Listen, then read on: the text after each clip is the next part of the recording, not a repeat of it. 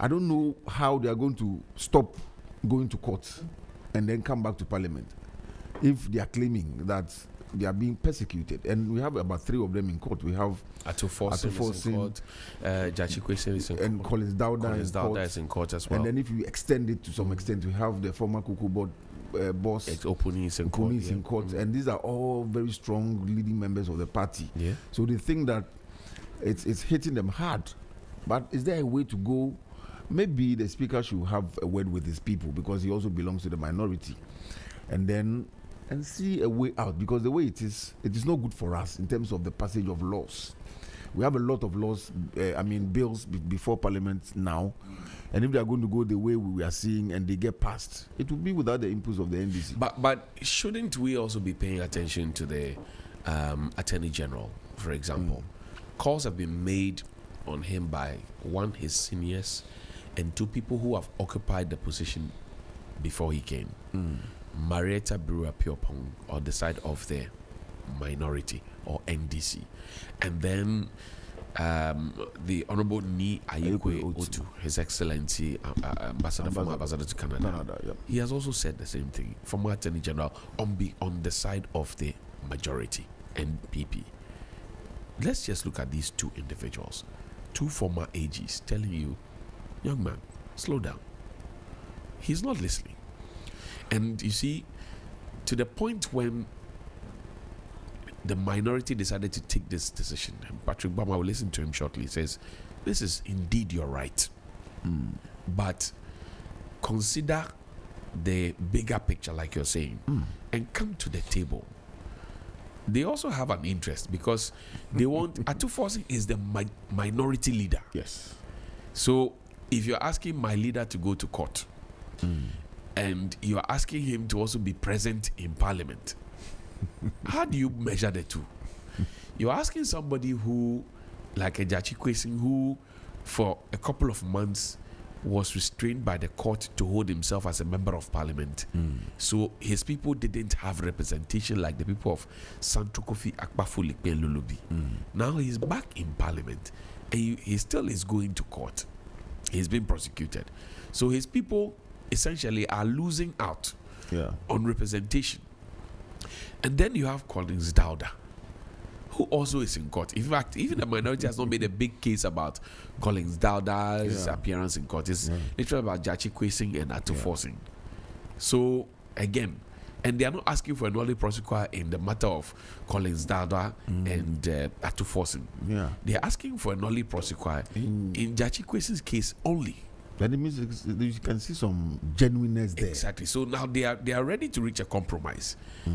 Will the Attorney General listen and reach a compromise, or is he still determined to go by what he said in 2022, mid-2022, after he had taken the matter to court in January 2022, that Gyakye Quayson must suffer the consequence of Adamu Sakande?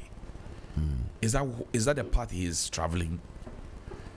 No, because every human being, it's only a fool who doesn't change his mind. Those who make the comparison between Adamu and Gyakye, I find it quite interesting, because so far as the law is concerned, every law is unique. No matter how, you can have precedent and try and position one case, but this one, when you talk about intention, and when you talk about the action, right? I think in the 2 cases, you can separate the 2. One, exactly, because in criminal cases, those are the major ingredients. Those are the pivots that the case will run on. Those are the hinges that the case will hang on. So that the foundation of the case will be based on action, the guilty action, and the guilty intention. And from the one, the matter is in court, so you can't go into the merits or demerits of it. But those who make those comparisons, I think it's not just on. So, the Domahini made an appeal. Ghanaians are making appeals. If you look at the case of Ria Koto, it is similar. The law was clear that, when you look at the Preventive Detention Act, right, PDA, yes, of 1958, the law was clear. So those 7 individuals, Akoto and the rest, the Attorney General right now, and then they were pushing the law. So, but the whole world, the whole Ghana, then the whole of Ghana was saying that, Chief, we know that the law says ABC. But relax yourself. But the way you are going, it is not on. But because Nkrumah came as a man of the people, a Democrat, and so on and so. But the way you are going, then you are putting some dictatorship in the system.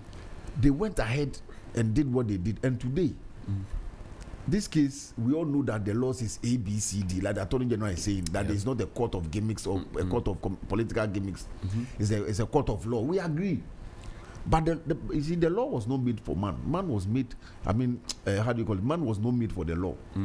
So at the end of the day, if the law is clear that this is what must be done, there are some instances that you look at the temperature in the country, and then you look at the political direction of things. If you read jurisprudence, it's there. Yeah. Judges make pronouncements on cases based on a lot of factors. And that was what the Domahini was talking about, really. It is not always the black and white of the law. That's what anybody who has gone to law school will tell you. But you see, That's true. Yes. But you see, it is also, and Helen maybe have a bite on this one. It's also the same Attorney General who was Deputy Attorney General when Nolly Prosequa was filed in many different cases. Exactly the point I'm making. Some that the citizens even thought that this one, you shouldn't have filed a Nolly Prosequa. Aisha One is one of those. And beyond Aisha One, there are many others that Nolly Prosequa has filed. So what exactly is about this case, which is the interest? I mean, and that's what people are asking and looking at. So before Helen sinks her teeth into the matter, Honorable Osafo Mafu, the venerable politician, he said Aisha One walked because of national, if you like, economic interests. Maybe not his exact words, but that's the impression I got. That's right. Because of national. That if we jail him, yes. I mean, that was what he meant. Interest. That way, if we jail her, so a foreigner should walk.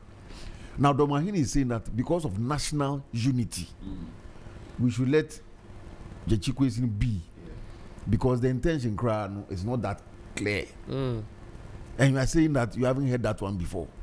No. I mean, if you are talking about president, we've seen it before. Your own leading member of your party, the honorable, I'll put the senior minister, he came and said that Aisha One is back. Yes, Aisha One is back. And if Aisha, this morning I told Helen that the first time Aisha One was left off the hook with all the issues, with all the damage that had been done, with all the evidence and what people were saying in the trenches, if Aisha One had not come back on her own, the matter would have died. Yes.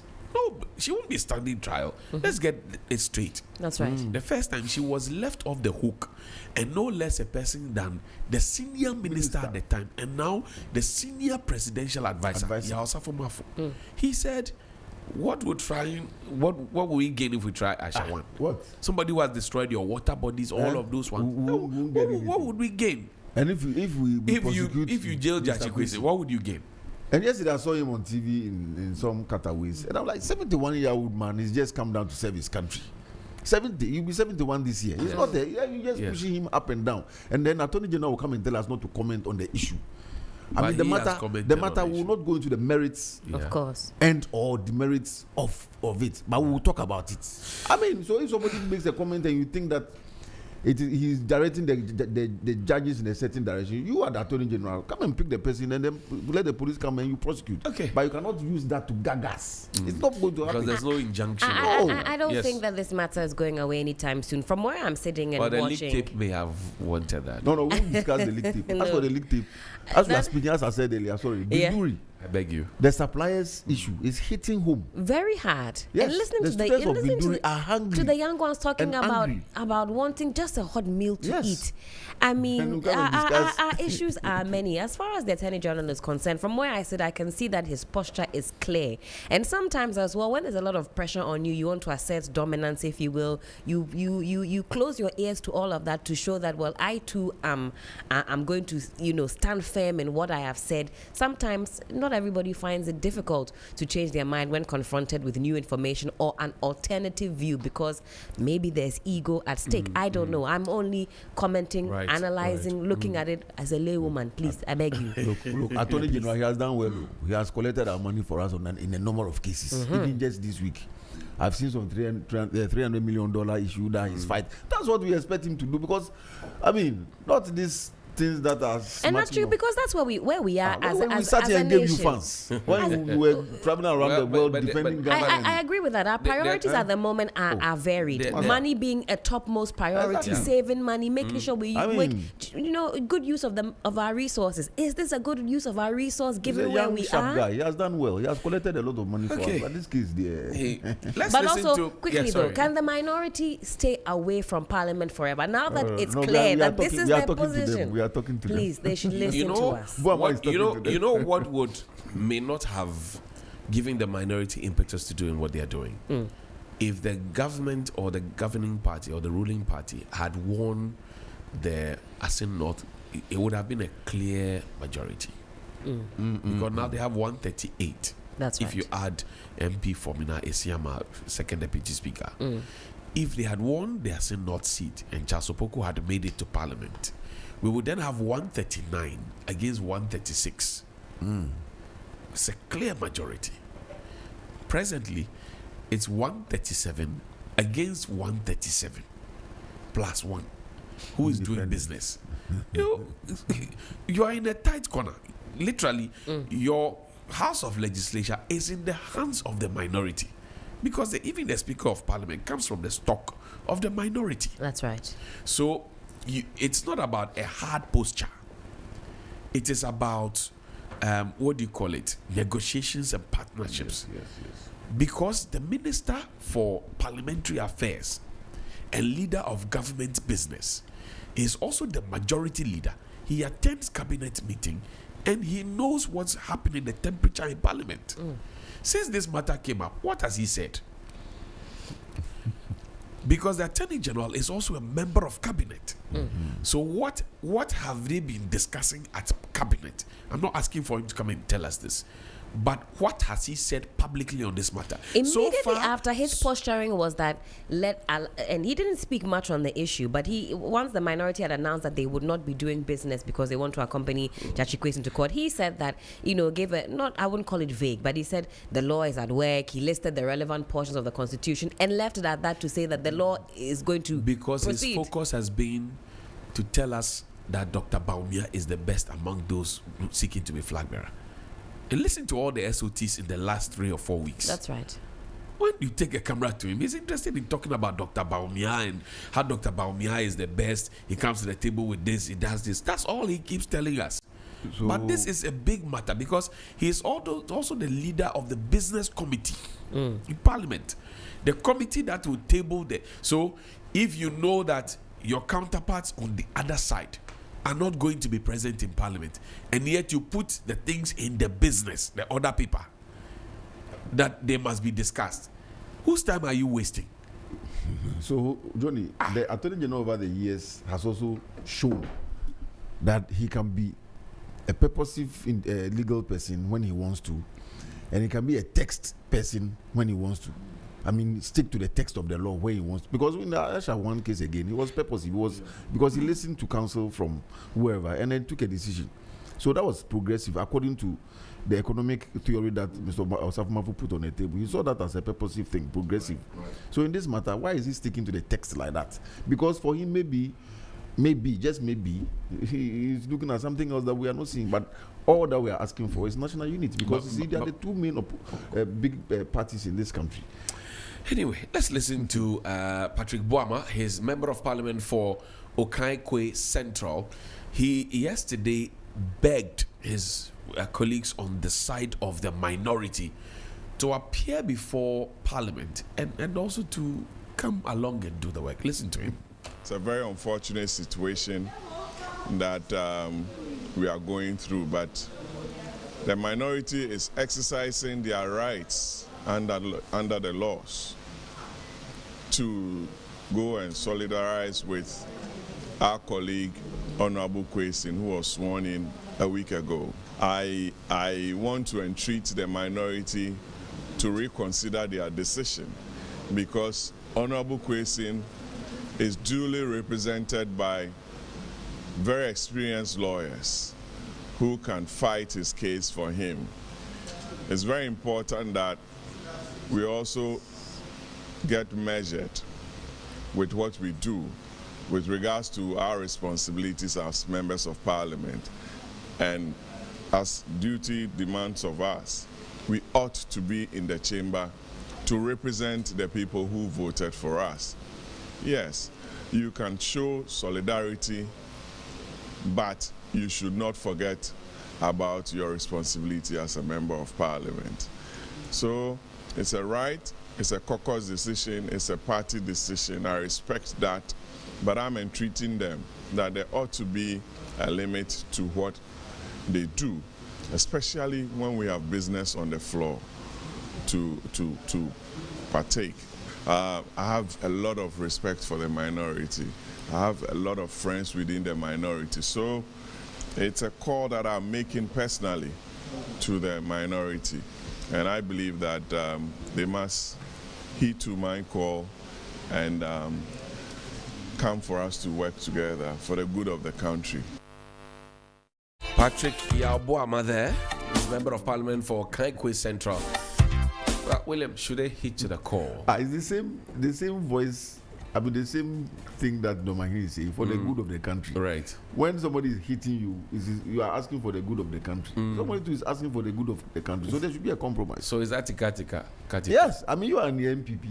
Right. When the NDC are doing their thing, you say they should come back for the good of the country. Domahiri too say to come back from court for the good of the country. So the conversation is similar. Well, let's work the phone line, see if we can get a member of the minority to give us their perspective. Will they hit to the call? Will they not hit to the call? It's 15 minutes after 8 here on 3FM, Sunrise on 92.7. We'll take a few messages. When we return, we will get to the minority and ask them, Obeko and Nase Wonko. Stay with us. This is Sunrise. We'll be right back. I've got Bell Pack and I won't let go. My name is Nanama McBrown. Many people think I get what I want anytime because I am popular. No, that is not true. It is because me and Kasano, I like the best, and when I find it, I stick to it. I have found Bell Pack Tea Roll, and I'm stuck with it. It is soft but not weak, strong but not hard. It is just perfect. Bell Pack Tea Roll is smooth and gentle on the skin. Same as Bell Pack Kitchen Towel. It cleans in one wipe. You can soak, squeeze, and clean again. One Bell Pack Kitchen Towel lasts longer and saves you money. It's time you switch to Bell Pack today and experience the perfect paper tissue. Say pocket tissue, table napkins, tea roll, and a kitchen towel. Paper chow. Bell Pack is simply the best. Bell Pack, just perfect. To be a Bell Pack distributor, call 055-11-44400. Another quality product from Bell Aqua. Feels so good like Bell Pack. Usika seme nkoyiana. Quick credit say sika pe enna form. Intina yabase. Start your day with us. Knowledge is power. We put you in the know of the happenings in Ghana and the world over. The main reason why you need to start your day with us. We give the leaders the mandate to govern our affairs. We have a responsibility to hold them to account. It begins here. Start your day with us. Good morning, Ghana, Africa, and the rest of the wonderful world. Welcome to Sunrise on 3FM 92.7. Start your day well informed. Start with us on Sunrise on 3FM 92.7. Catch the all-new Sunrise Morning Show with me, Johnny Hughes, Helena Piampofo, William Asiedu, and Noble Crosbyan. Weekdays from 5:55 a.m. to 10 a.m. only on 3FM 92.7. Your urban lifestyle radio.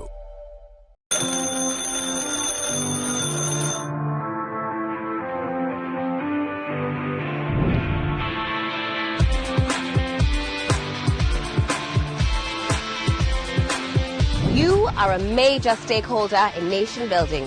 Your voice matters. Start your day with us.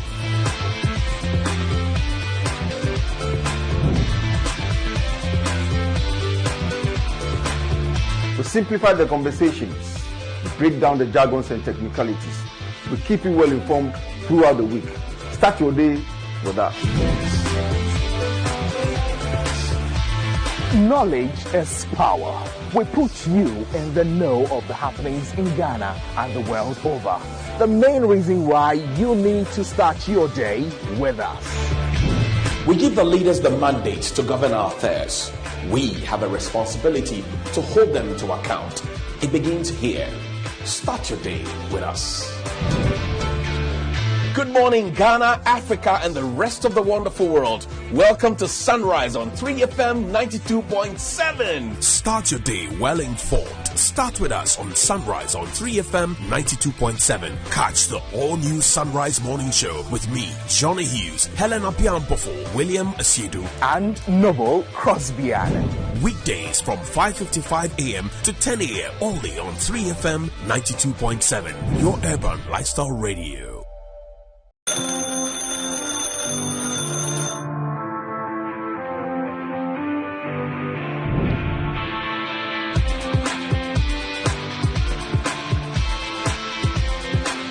You are a major stakeholder in nation building. Your voice matters. Start your day with us.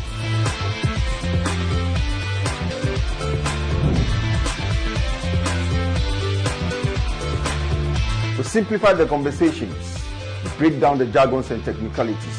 We keep you well informed throughout the week. Start your day with us. Knowledge is power. We put you in the know of the happenings in Ghana and the world over. The main reason why you need to start your day with us. We give the leaders the mandate to govern our affairs. We have a responsibility to hold them to account. It begins here. Start your day with us.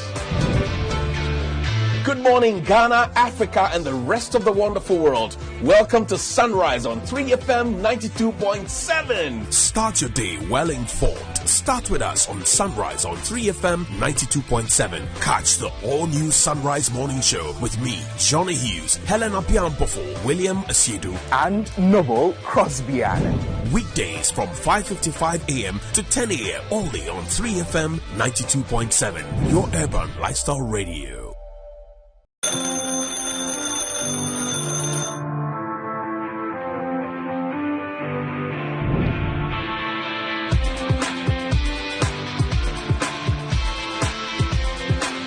You are a major stakeholder in nation building. Your voice matters. Start your day with us.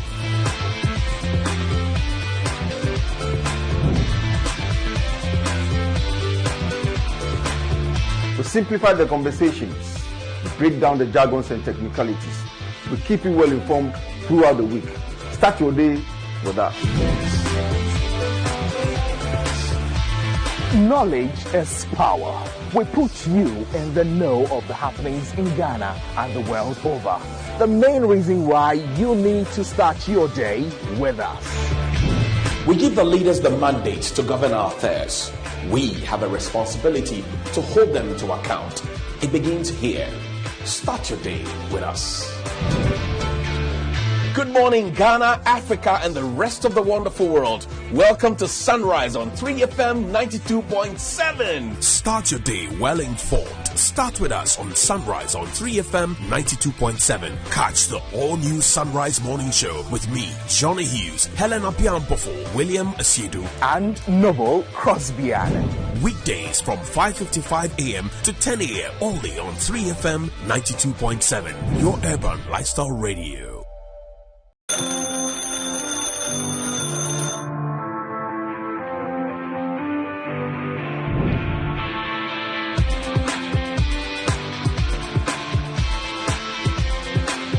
You are a major stakeholder in nation building. Your voice matters. Start your day with us.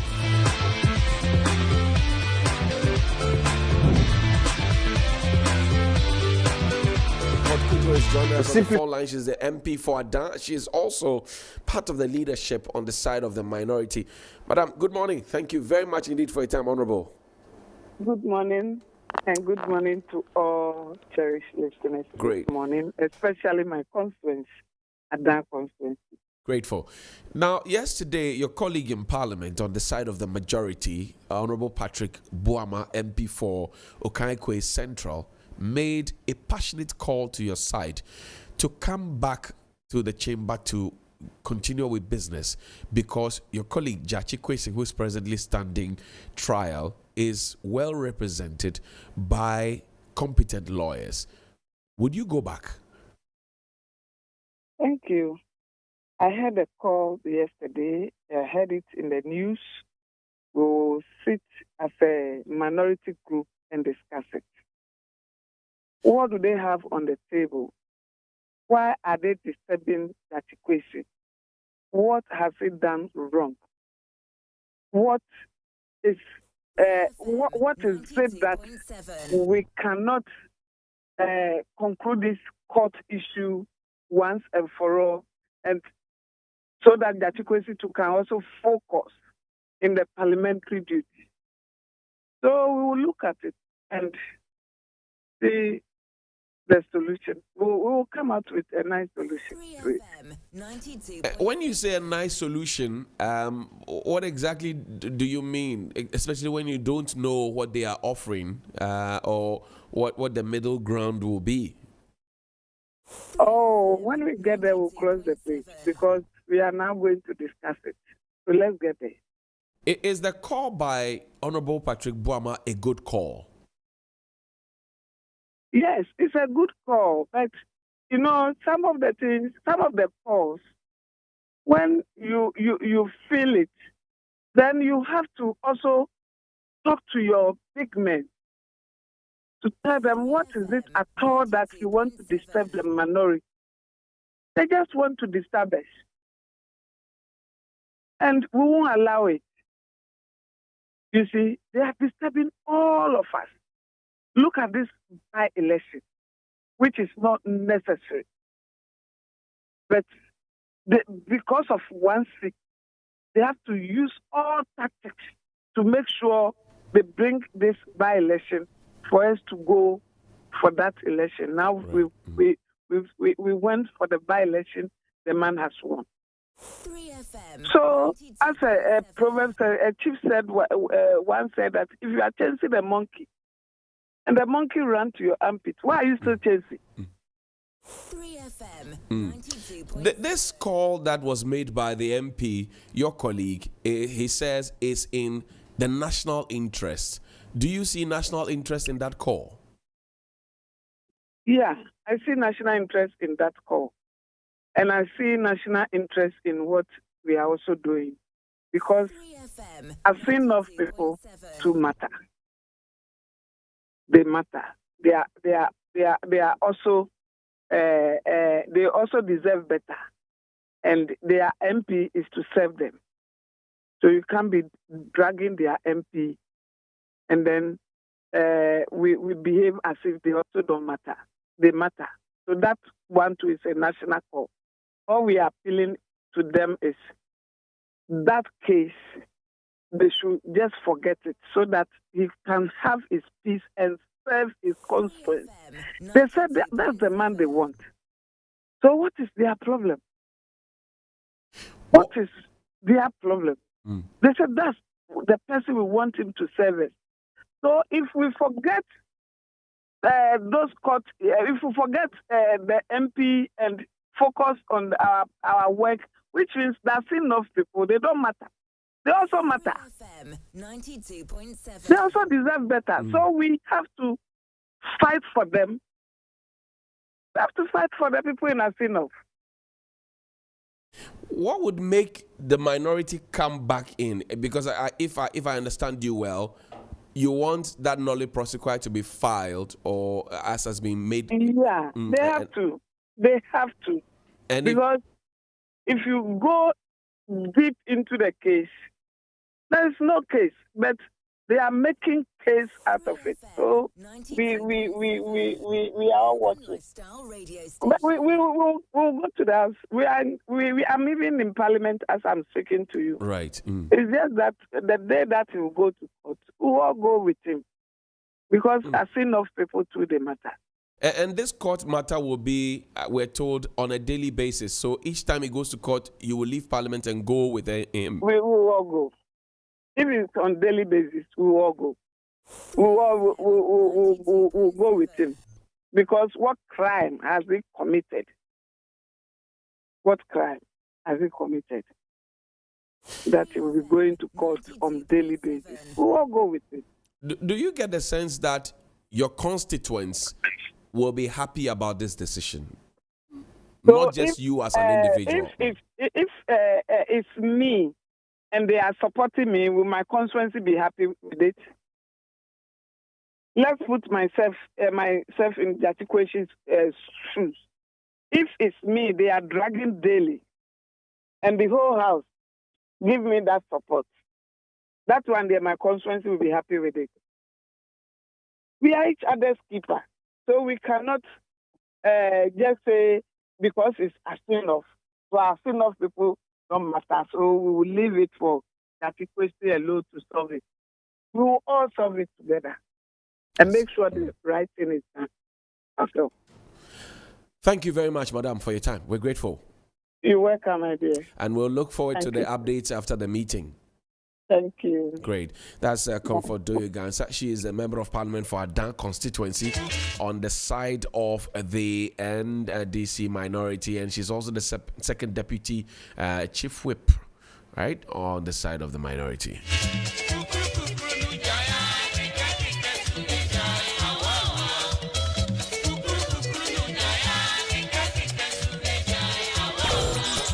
Sunrise. 3FM Sunrise.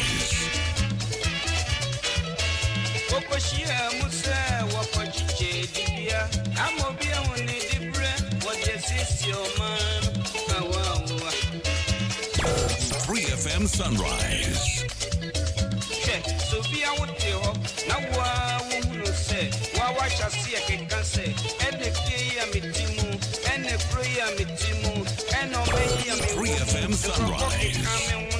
I'm for time in Yasemi, Yawa, Tobasi, Natrasi, Nassi, Wabra Bomo Kuntare, if you are now with me, if you are now with Subambi, and Sani, I'm on Pompe, okay, baby, as soon as you say, Osranita, and from Yitem, and from 3FM Sunrise. 3FM Sunrise.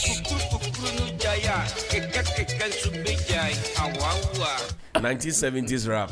Charlie, Sarkodie was not born there. Tell you, best rapper alive at the time. Oh my God! 31 minutes after 8 here on 3FM 92.7. So the die is cast. The lines have been drawn. If you stop the kukru, we'll stop the kika. That's what Comfort Doyo Gansa is saying, and we will activate the phone lines later for you to have a bite on this one. But you also do know that there's a leak tape in town, yeah? And many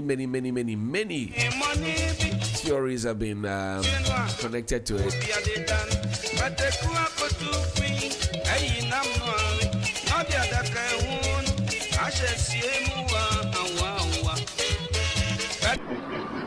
I know you are on your terminal leave. Yes. 4 months leave, so 4 months. Yes. Before you come back. Oh, yes. Okay. Come our friend too. I don't know whether he's keeping long. But Doctor said 4:30, so I said to him. I told him. I don't joke with time. You are. That is your. You are in the. We call you time. But when you give somebody time, yes, you must be there in time. We'll be waiting for you. Yeah. Since we met in that one season, we haven't met. Yes, we haven't met. Yes, it's true. Well, our discussing commander also came. Sorry. And now we're even thinking that you were talking for different person. Don't know that the whole person is alive. That's good, and that's good. Well, I have went far. But apparently you are not the only one. Because there's another 2 other people are also working. And including a woman. So Well, the full tape is available and we'll go to it. But let's go on to the phone line now. Dr. Abe joins us.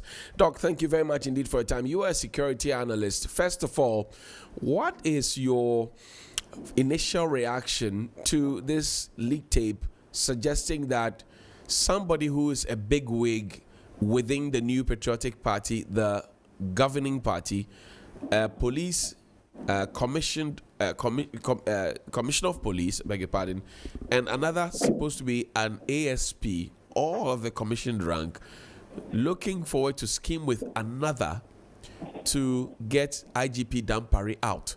What will be your initial reaction? Yeah, good morning, and good morning to the listeners.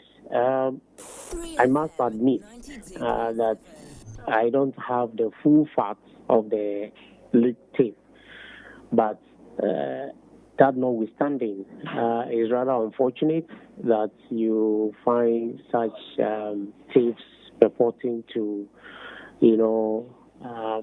carry out an orchestrated plan and all that. I am not too much into the details, so that I wouldn't comment any further. But if it is anything to go by, it's rather unfortunate. It's unfortunate. That's what I would say. The Interior Minister, Ambrose Derry, has dismissed the tape, or if you like, the content in the tape, that nobody is after IGP Dampare's work or his job, and that 2024 elections will not be violent. He just made that call without also asking for an investigation into the persons behind the tape and finding them. What do you say to that? Well, Johnny, well, I heard the Interior Minister yesterday on TV denying or, downplaying the leak tapes and all that, without necessarily, as you rightly stated, that investigations will be conducted. I want to give benefit of the doubt that the agencies under him have picked up the tape and are working. He didn't necessarily have to spell it out that investigation is ongoing before it is clear that investigation will be conducted. So I want to give benefit of the doubt and believe that the various agencies like the NIB, the National Investigation Bureau, and National Security, all those, the ministry and the agencies under the Ministry of National Security and National Ministry of Interior, the Interior, will be working by now. That is their work. So I want to believe naturally they will pick it up and they are working. That's what I want. He termed the video as wishful thinking, that people are imagining things. That clearly is not the strongest indication that he's looking forward to an investigation, at least from where I sit. Do you see the same thing? Usually, from my professional perspective, I will say that yes, a leader may say, may make some pronouncements, but the staff or the officers under him professionally will handle it. Because one, we don't need to say on the surface of it that it is true. It is only investigation that will reveal whatever it is. Even if it is not true, causing fear and panic in a system like ours breeds insecurity. So it is in the space, it is in the professional space of all the agencies to investigate and know even the source of the tape and where they need to take some immediate actions, they take it against those people so that it will prevent future occurrence of such tapes. In fact, in our system now, we are inundated with such tapes every now and then.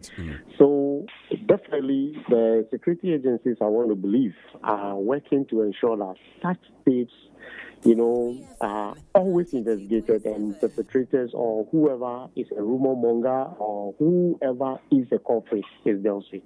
So I still want to stand by the point that some investigation will be conducted and dealt with. If nothing is done, personally, I will be a bit surprised. Yeah. The Constitution of the Republic of Ghana talks about how the Inspector General of Police should be appointed. In fact, on page 69 of the Constitution, Article 202, the Inspector General of Police and the appointment of members of the police service is stated there. Clause 1 says, the Inspector General of Police shall be appointed by the President, acting in consultation with the Council of State. 2. The Inspector General of Police shall be the head of the police service and shall, subject to the provisions of this article and to the control and direction of the Police Council, be responsible for the operational control and the administration of the police. The Police Council, we know, is chaired by the Vice President, and then the appointment of the IGP is made by the President in consultation with the Council of State. Is it time we departed from this practice, given the details that have been made present in this video and this leaked audio? Sorry. Well, thank you once again. I believe strongly, like many others have called for, constitutional review and a change to policing. I want to believe that the time again has come for us to give it a second attention or another attention.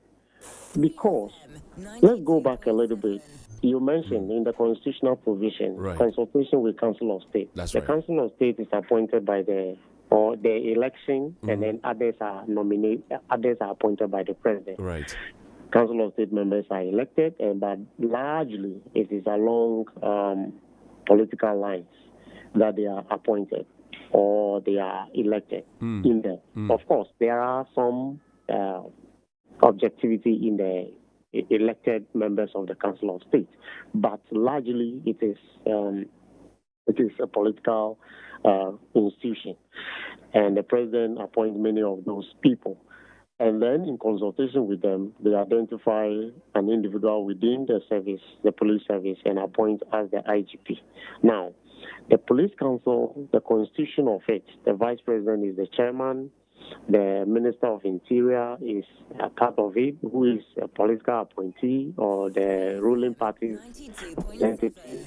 The IGP appointed by the President is part of it. Right. Then, Minister of Justice, Attorney General Department is there, and the Ghana Bar Association and retired senior police officers. All these, and then 2 nominees by the President. And then two members of the police service appointed by the President, acting in consultation with the Council of State. Yeah. So when you look at it critically, they are all, the whole appointment and then the composition of the board is politically motivated.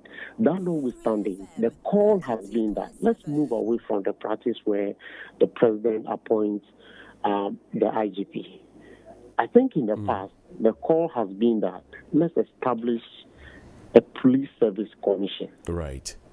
A professional police service commission where the recruitment, promotion, and whatever appointment is handled by this independent commission. Right. It will enable the police service to become more professional, career-oriented, and this practice of patronism or patronage or eye service will reduce drastically or be cut out. Because all what we are doing now is that if I can catch the eye of the President or the political class, then I am likely to be appointed the IGP. So the undercutting and the politics of it and all those things becomes very, very much pronounced. So the constitutional review changing the status quo, as in the President's responsibility of appointing the IGP, will help a great deal if we give it the needed attention to it. So for me, I will join many others to say that the call for constitutional review on regarding certain critical aspects of our national, security arrangement will be good in the long run for all of us. The Vice President is the chairman of the Police Council. Should he be interested in this more than the campaign he's waging to be flag bearer of the NPP? He is presently on a tour, but this is happening right in his backyard, and internal security may be at or under threat. What do you say? Well, for that, I want to believe that it doesn't necessarily have to take the vice president to act. This is not about the council's, action. It should be taken up by the ministry and their agencies. National security, luckily, is also part of this whole discourse. So it may not have to necessarily be the vice president going on the ground. He can just give directives and ensure that things are done. I would say the appointees must act. In fact, the IGP himself has a responsibility to ensure that these things are investigated to the latter. And I want to believe that should be done. And it's in his own interest as well to do so. Now, let's look at the historical antecedents of President Akufo-Addo's appointment of who becomes IGP. He started off with IGP Apietu, who at some point hit the 60 mark and was supposed to have gone on retirement but got a contract extension. Then in comes Deputy IGP James Opon-Buenu, who was appointed just around when he turned 60 and was also given a contract extension, I think twice, and then he was IGP until that time. So there's record to show that the president is interested, at least since he's been in power, in overage persons holding the position of IGP. Then he chooses IGP Dampare, who is relatively younger at 53, maybe less at the time when he was brought on, much as against older persons like the Kofi Boachis, the Yohonus, and all others who were quite older than him, who would go home in the not so distant future anyway. Why would anybody think that for the president to have departed from his record of choosing older IGPs and choosing a relatively younger IGP would then suddenly fall out with such an individual? Why would anybody think that? Well, Johnny, that's the $1 million question. And I want to just leave it by saying that those who are behind the tape may have their own agenda, and until the whatever purpose they have is unraveled. For me, it is something that remains, interesting to pursue. But granted, what the preamble you gave, right? I want to believe that it is or it was in the interest of longevity and professionalism, or ensuring continuity of, guaranteed security service. I want to believe that is the reason why probably the president departed from appointing older people into the role, and believing that the new IGP will set the tone for the professional, approach to doing things within the service. So it will be strange that, suddenly, and I'm wondering what will trigger at the presidency, right? It is, unless it's highly political, that I cannot explain. But for me, professionally speaking, I think that the president did well by appointing Mr. Dampare as the IGP, and for the agenda of changing the professional look of the police service. And so far, I think it's been good. So it will be strange for me. Yeah. Do you get the indication that perhaps two schools of thought? One, that Mr. Dampare or Dr. Dampare is now, per this tape, being presented as the neutral and objective IGP who must be maintained at all costs, or the IGP who, as is said in the video, the leaked audio, refused to play ball at Asin North, the by-elections. He had 800 men on the ground. He was the man in charge.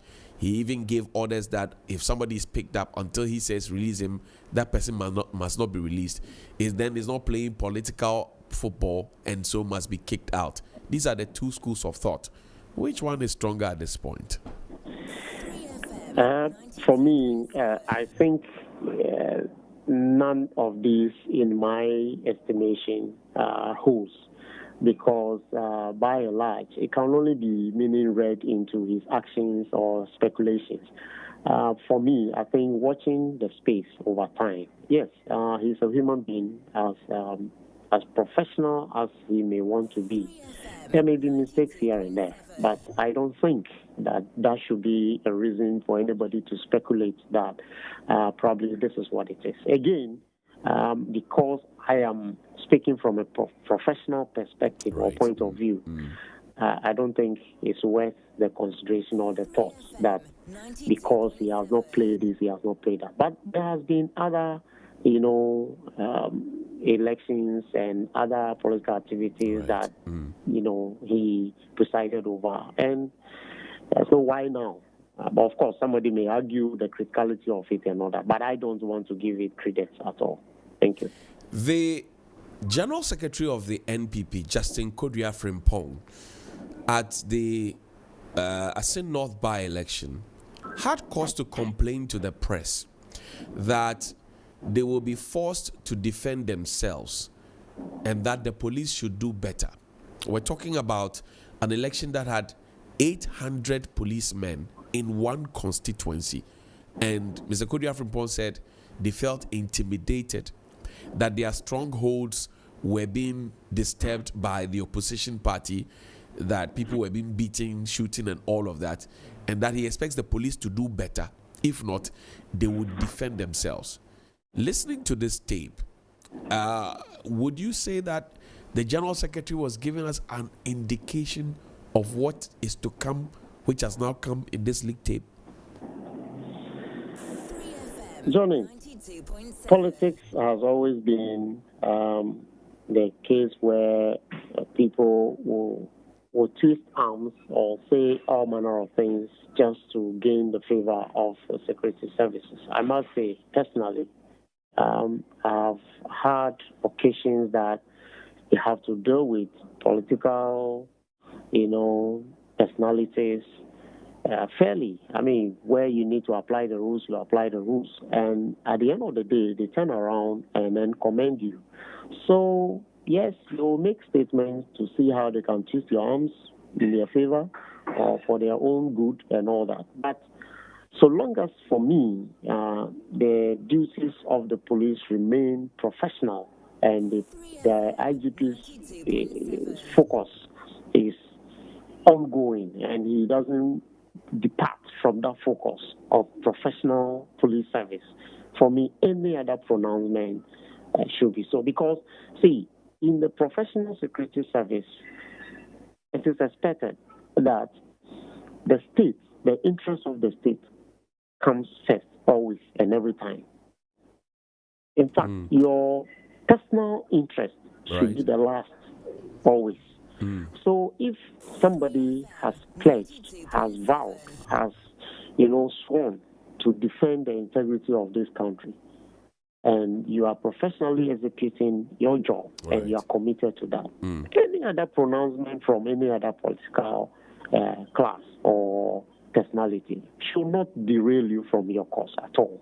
And so, for me, all these comments, yes, some may argue that it's indicative of what is yet to come. Others may say it is just political talk. So, what do we say about that? For me, that should not come in line with whatever it is.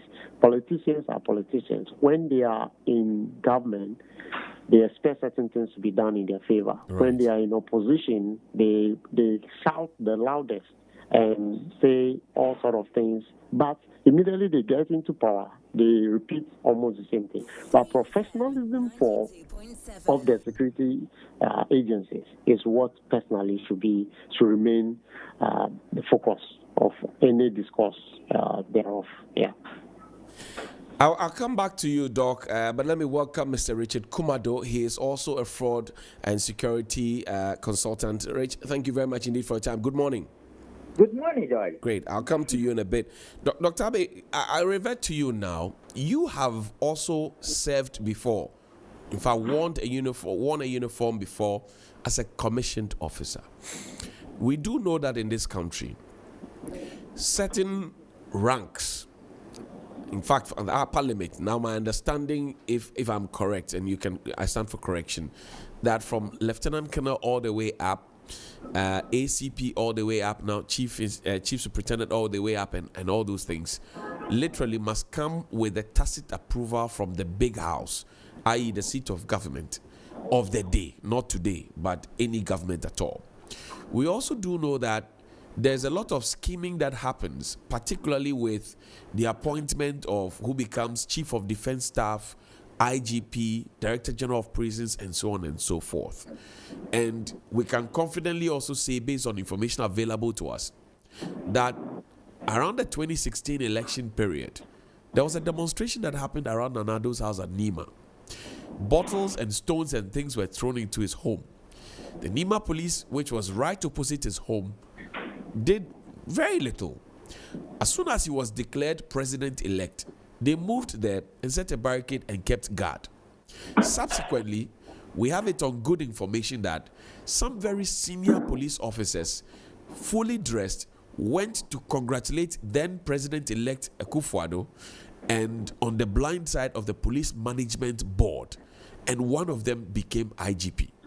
So clearly you cannot rule out any form of scheming, machinations and begging and appeals and all of that. Which would also mean that before one becomes an IGP, he must have been screened and cleared to be seen as one who belongs to, if not the party, belongs or toes towards the party, or one who is ready to play ball with the regime of the day.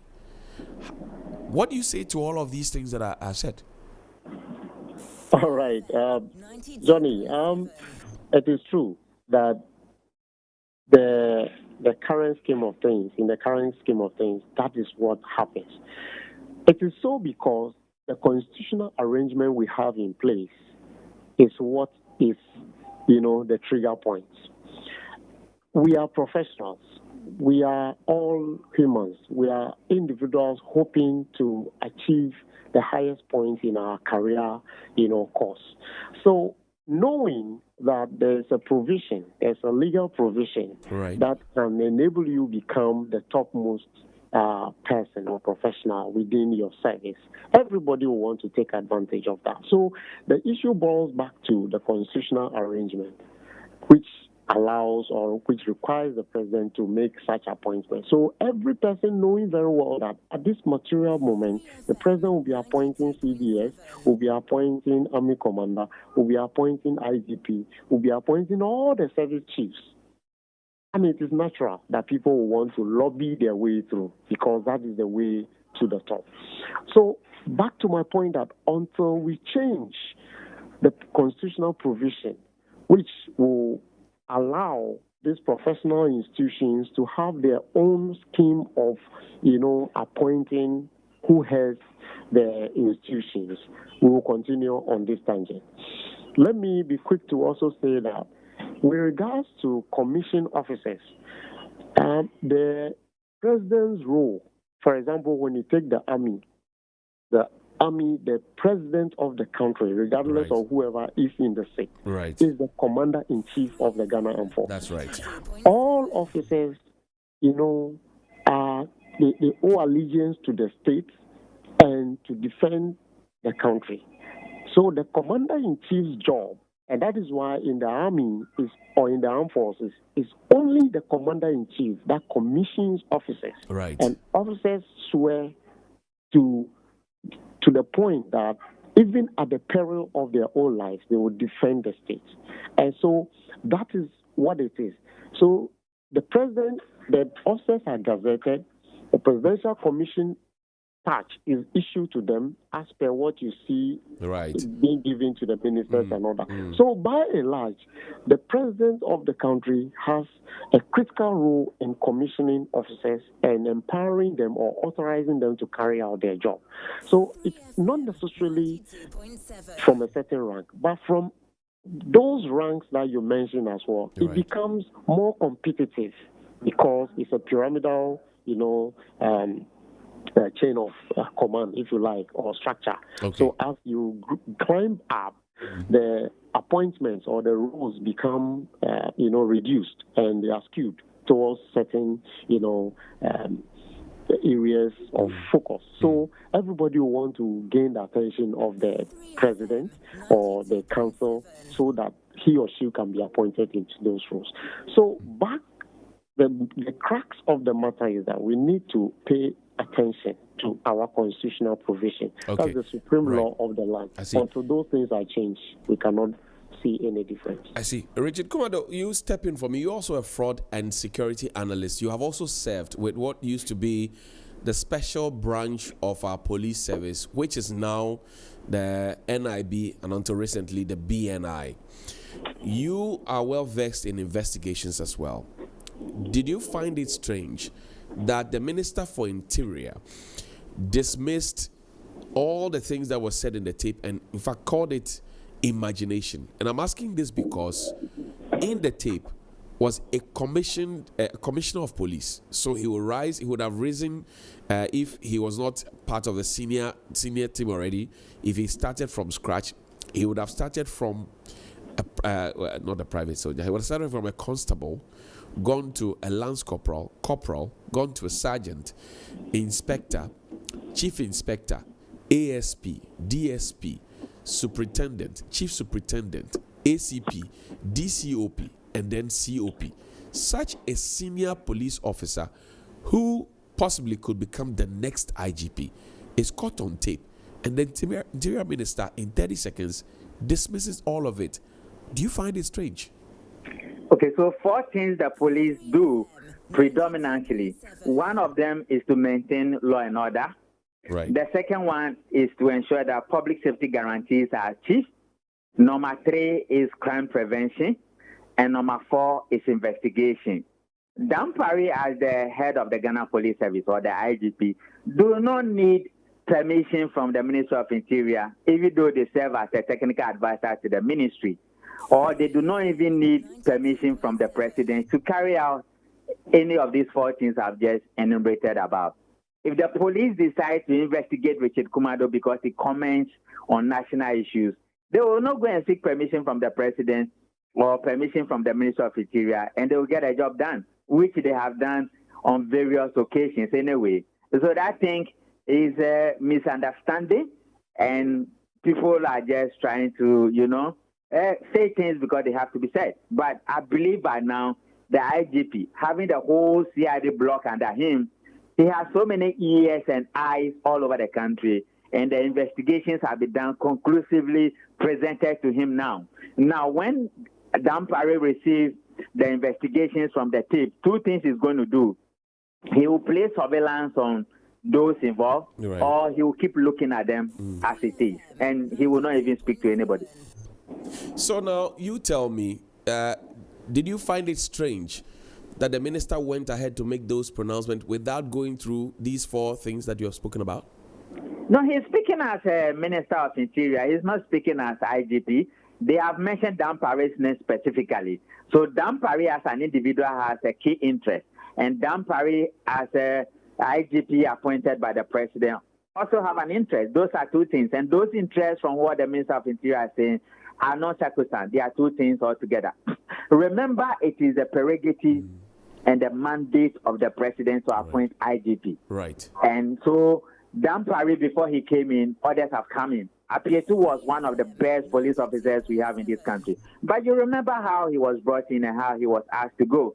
Dan Parry is not surprised and shocked that he will one day leave, and he knows he will not be there to Christ comes. And so those are the premises for which Dan Parry, as an individual, will take the burden upon himself to investigate. And it has nothing to do with what the Minister of Interior will say, think, or do. The Minister of Interior is not the appointor of the IGP. He is an agent of the principal, which is the president. Exactly. But he goes ahead to make a statement as though he were the principal, who is also the appointor of the IGP, and says that the IGP is going nowhere. Those are very strong conclusions he made. How do you find that? Probably it's an afterthought that the tape came out. His party's name has been mentioned. And so they will want to do a damage control. But if you listen to the audio, There are specific things that has been said. It has nothing to do with him. And I just told you the police are technical advisors to the ministry, and they don't necessarily demand or request an approval from the ministry to do many of their core jobs. So they would have done it anyway. So just assume that he's speaking as a minister, and it has nothing to do with whatever has been said on the tape. It is not a political party that appoints IGP. It is the president who appointed the IGP, and the president represents the state. And when it comes to those who hold the state in check, the IGP is one of them. Because one function to perform is maintaining law and order and ensure that public safety guarantees are ensured. And the BNI, where I have worked for many years, also works in that regard. So that is the misconception, and that is the misjudgment of people, because sometimes we're so ignorant about many of these things. Johnny, whoever you appoint as an IGP, there are standard procedures they must follow. And so whether you belong to NDC or NPP, once you get into that seat, the system is structured in such a way that you follow the standard procedures and the processes. Take many of our elections in recent years and see the role the police have played.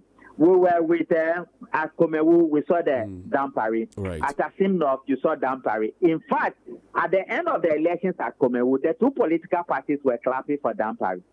2020 elections, the guys who were shot at Techima South, it wasn't on the instructions of the police. Right. The election results that were changing almost every now and then, it wasn't coming from the police. So we must think straight, and we must stop the naivety and the absurdity and make sure that whichever capacity we are placed, besides the undermining of one another, which is typical of black people in every position or most positions, we must do things straightforward and protect this country. That is what is important. Now, you talk about naivety, and I'll come to you, Dr. Abe, to pick your thought on this particular one as well. You talk about naivety, but again, how much should the public know, particularly given the fact that there's a school of thought that we have been thrown a red herring, a ruse, something to take our minds off the real issues that are happening around us. Buffer stock, suppliers are owed. The children are complaining about the food in the schools. School feeding in itself has become a problem. High cost of living. Bondholders aren't getting their money until they make noise. There's also the contracts that have been mentioned regarding Eslog Ewusu Kufu, millions of dollars and all of that. You can go on and on and on about the issues. Now, this morning, everybody is talking about the leak tape. Same thing happened yesterday. Do you get a sense that we have been thrown a red herring? I will not be surprised, because it's the nature of the democracy we practice and the state of our politics. So I will not be surprised. It might be a diversionary tactics. But at the end of the day, look at where we've gotten to. Look at where our country is.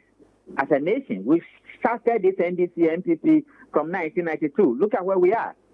And I'm saying that we must wake up as black people and take our personal responsibility seriously. But Johnny, do you know why? It's also the case. This is also a warning to the security agencies and the big men and women at the highest level. President Rawlings cannot be commanding Manke Kojo Chikata to do some of this stuff. Even in recent days, when Yao Doko and Co became the director of BNI, to when they left, what you bring to the table is important. Your stature is also important. We saw Namfori and Co. You see, when it comes to the state, the president is like the captain of the team. Right. And you play in the same team, but the captain sometimes are not even the best players of the team, and they have certain responsibilities they perform. We are at the same level, and somebody must play a role. But they also going to kowtow themselves and beg the politicians and, scramble for positions, lowers the standard a little bit, and the politicians run over them. Other than that, in recent years, Apietu was one of the best police officers. Right. And Dampari is also coming through the ranks, and whoever they put there, until they begin to wake up to their responsibilities and see that Kojo Chikata and President Rawlings are at the same level. One is in charge of security, one is the head of state. You always have problem with these politicians who are so naive, and they do things that you don't even know where they have gone to school. Quite strong. Dr. Abe, do you also see a diversion, red herring? Do you see that as well? Yeah, Johnny. Yes. A lot of things have been said before, and which moves us away from very critical issues that will inure to the benefit of the state. I am not by so saying that the issue about appointments or removal of IGP is not a critical issue. But I think, by and large, it's about time the media, embarks on an agenda of determining what is worth discussing. Because over time, anytime some of these things are thrown on our way, we are quick to jump on board. We swallow it, the bait. We are easily caught up in the bait.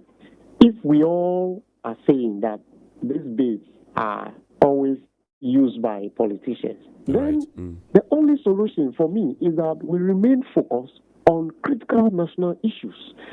The economic issues, the bread and butter issues are what every country, under the current turbulent times that the global environment is experiencing, is what is occupying the minds of everybody. So if we continue to jump from one thing to the other and forget about the criticality of our economic challenges, I want to believe that we will never get to any meaningful space where we can see progress. The media has a critical role. This discussion is happening on your platform. Other media platforms are discussing the same. Right. So you will see that at any point in time, the political class, if that is their tactics, they use it to divert attention, and our energy is directed to discussing things that will not inure to the gentleman in Adan, the gentleman in Anwara, Pram, Nankpanduri. That is not their business. All they are thinking about is what is going to be on my table. So the economic issues should be the focus of our attention. Of course, it doesn't mean security issues do not have implications for economic stability and all that. But we should be able to determine the agenda. We should set the agenda for the politicians to follow, not to allow these things to, overwhelm us, get all the time we have, and we discuss it the whole day. So that is what I was saying. I see. But let me also be quick to say that, yes, when it comes to naivety that my brother spoke about, good morning, Richard, anyway. I would say that, yes, as a country, the understanding of the security system or structure that we operate in Ghana is quite, very low among the citizenry. So even among the politicians, they do not understand the professional role that the various security agencies play to ensure the stability of this country. For them, it's about what they can do to secure power, but for the security agencies, it's about securing the state Ghana. So until we get to that understanding, we comprehend that, look, any actions or inactions of us will impact negatively on the security of the state. We will continue to, say certain things, have loose talks all over the place, and before we realize, we find ourselves in, muddy waters. So we all need to educate ourselves on the criticality of the state institutions and how they function. Okay. Right. Thank you. Richard, the IGP, Dampari, has been praised by the minority for what happened in Asin North. In Komewu, both parties praised him, but we do know that in Asin North, the MPP had issues with the IGP. He's been mentioned in this tape.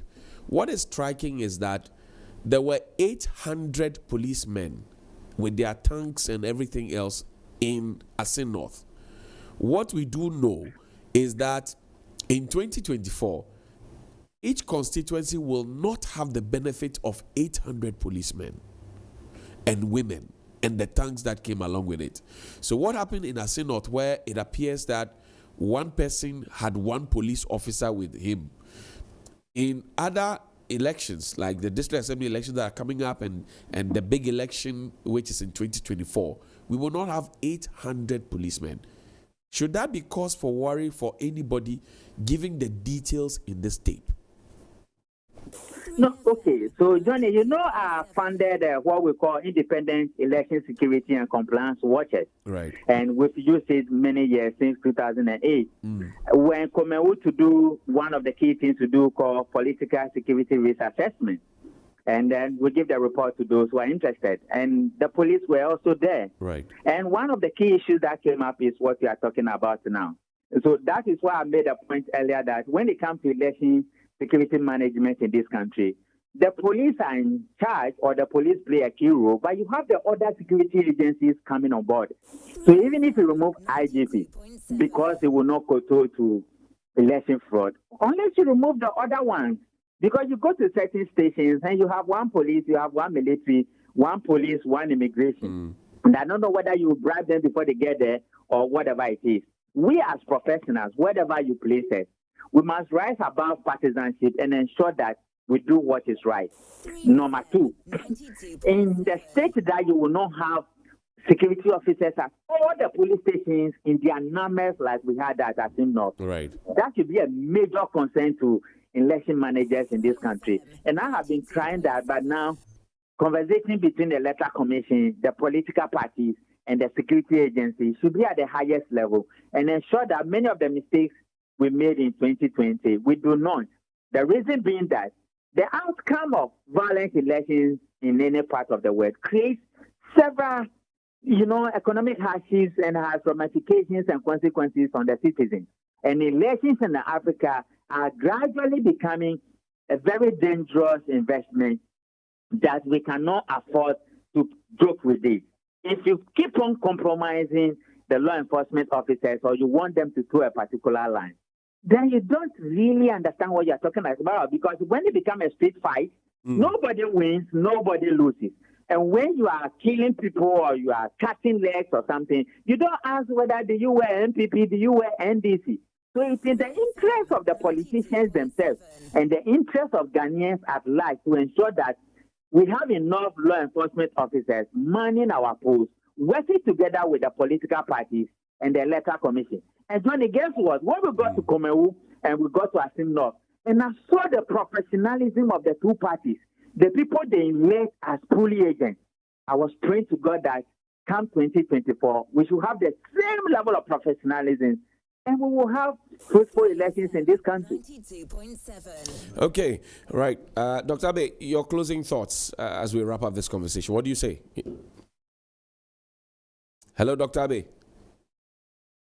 We don't have Dr. Abe on the line. Richard, your closing thoughts as we wrap up. I'm saying that Dampari has investigated the tape by now, I'm sure. Politicians should stay off law enforcement officers' job. And let us also be professionals and do what is right to save Mother Ghana. And if he investigates and finds that the persons mentioned in there are indeed the persons, then what next? Two things he will do. They will either place surveillance on them or he will leave them and just be watching them. But the lawyers believe that the statements that were made were treasonable and that they should be held before a court. Definitely. So it will take an independent person to trigger that. Then the police will act.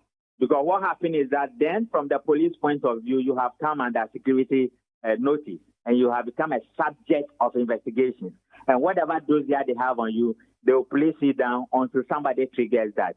Then, that is also the reason why they place surveillance on you, to see whether do you have the capacity to actually effect the threats and many of the things you said on the tape. Richard Kumadu, I thank you very much. He's a fraud and security consultant there joining us on the phone line.